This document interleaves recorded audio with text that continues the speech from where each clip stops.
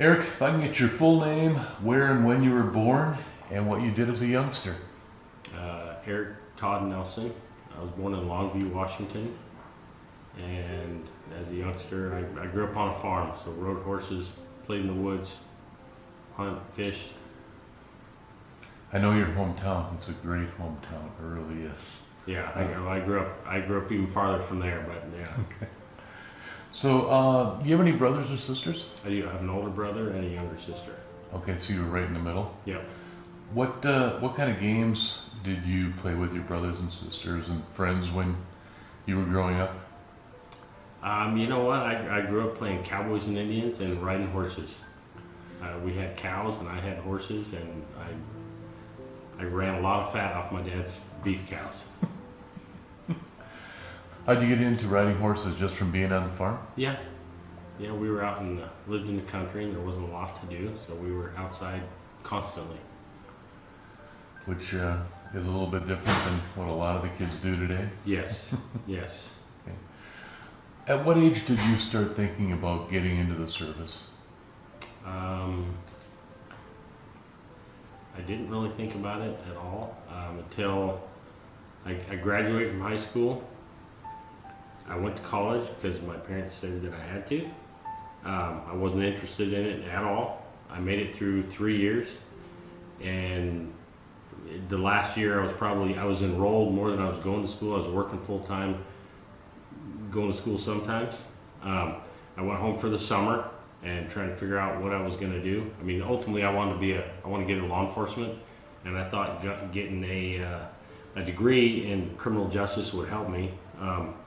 That didn't look like it was going to pan out. I talked to a recruiter one day on a break going to town to get parts, and he initially tried to get me to go, because at the time I was doing appliance repairs, and he tried to talk me into going into some kind of avionics, electronics technician kind of thing. I told him I wasn't interested, so I left.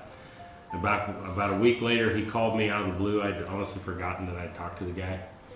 He told me that he had an MP slot for me, but if I wanted it, I had to leave tomorrow. Okay, and so I did. Where did you go to college at? WSU, Washington State University. Really? Okay. So, you decided to go into the Marines, probably picked maybe the toughest and hardest group. Why did you choose the Marines? I figured it was the best. I don't have a history of military service in my family. I just figured if we're going to go, we might as well go all the way. Good. So, what was basic training like for you? Honestly, I was in the Guard for 2 years, the Army Guard, while I was going to college. Mm-hmm. And so I'd already been to boot camp in the Army. And so when I went to the boot camp in the Marine Corps, it's kind of the same thing all over again. It was miserable, honestly. Do you remember any of your instructors that you had in boot camp? First Sergeant Pless was my senior drill instructor. Sergeant Smith was one of my drill instructors. Can you tell us a little bit about them? How were they? Just superheroes. Just top of the line. I mean, the stuff you learn later, about the little tricks they do, but they're, we're basically dying. They're doing the same things we're doing right next to them, and they don't sweat. They don't dress nice all the time, sharp, nothing phases them, just bulletproof. Did you have anybody that played any jokes on you at all while you were in the service? Oh yeah, lots. Can you tell us a little bit about that? Boot camp, I was a guide, which when I was going anyway, we were in a barracks situation. Everybody was in a bunk. The guide is in a single rack by himself in the front, so you're kind of a target, I guess. And I woke up one morning early, luckily, in a whiskey locker, which is a little storage area. And I mean, when you crash because you're exhausted. Mm-hmm. I woke up and it was pitch dark. And it's never dark because they got windows all the way around. Right. Anyway, I woke up in time to get my bunk back out where it's supposed to be before the drill instructor showed up. I got revenge later on those guys. There's some other stuff too. So you played some practical jokes on people as well. Oh yeah. That's good. Tell us about the years you were in and the highest rank you reached. 88 to 92 when I was in the Marine Corps active duty, and E5 sergeant was my highest rank. How hard was it to reach the E5 position? It was difficult. My field was frozen for promotion a lot, so the only way I made it was to get meritoriously promoted, which is basically ahead of schedule, you know, based on merit. What was life like day to day while you were in the active duty in the Marines? It was busy. There's always something to do, even when there wasn't anything to do. They kept you busy. You know, you didn't get sick days, you didn't get time off, you didn't, you know. When we talked earlier, you talked about several different areas that you were overseas. Can you tell us about where you were and tell us a little bit about what you did in each of those areas? Norway was cold weather training. Spent 3 months up there, living in a tent basically. And then during the Iraq War, we shipped overseas on a Navy ship, an LPD.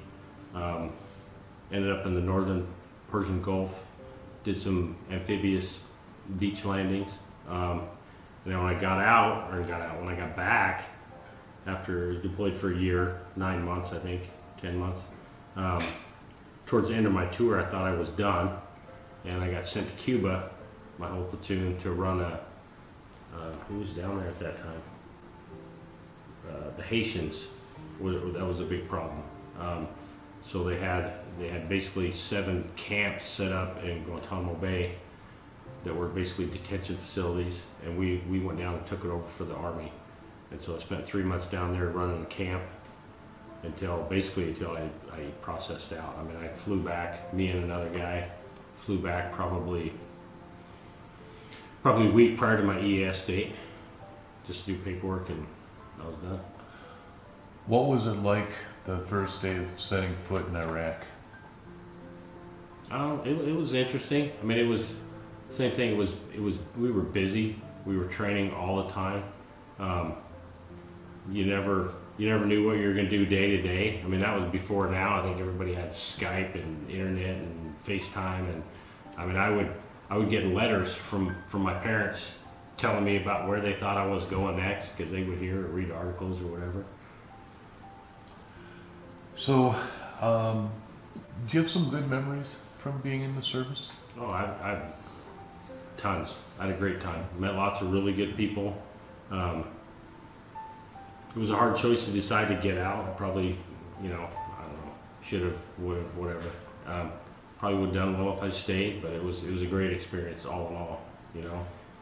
Do you remember your last day? Not really specifically, other because I was back. My unit was still deployed when I got out, so my last day was running around getting records turned in and getting paperwork signed and getting physicals. It was there was no glamour to it. It was kind of just hurry up and get all my paperwork done so I could leave. And when you got back home, your feelings? Kind of mixed emotions. I mean, I missed it. I missed the guys. I mean, it was a good experience for me. I learned a lot. Now, you work for Stallion Mm-hmm. right now. What have you been able to take from your time in the Marines to the job that you're doing right now? Well, kind of ironic. The guy that's going to come in later, Mike, he was not at Stallion. He wasn't here with Stallion when I got here. I came out here to drive truck initially. And inside of 2 weeks of being here, I recognized that the person who was my boss, there was no leadership here. And so with my experience, I decided after 2 weeks that I wanted his job because he wasn't doing it. Mm-hmm. And about 9 months later, I had his job. So that's kind of how that goes. Do you belong to any service organizations at all? I don't. You don't. Is it something that you've thought about, but just I haven't thought had the about time it, to do and it just, when I got out of the Marine Corps, I got into law enforcement, and it was busy, crazy, doing SWAT stuff in addition to regular duties, and then come out here, work is 24/7, and so I don't have a lot of extra time. If somebody happens to be in high school or just like getting ready to get out of college and they're thinking about going into the service, and they asked you this is what I'm thinking about, what would you tell them? I would tell them absolutely go for it. There was a young man in my hometown that was, I don't know, probably 10 years younger than me, and my parents and my mom and his dad were teachers, and so our families were fairly close, even though he's quite a bit younger. I kept in touch with him, and I think I was out of the Marine Corps and working in law enforcement. He called me and he wanted to go into the service, and his parents didn't want him to, and he asked me what I thought I should do, and I absolutely told him to. It was the best thing I ever did. Great. Eric, first of all, I want to thank you for your service, and want to thank you for doing the interview. You're welcome.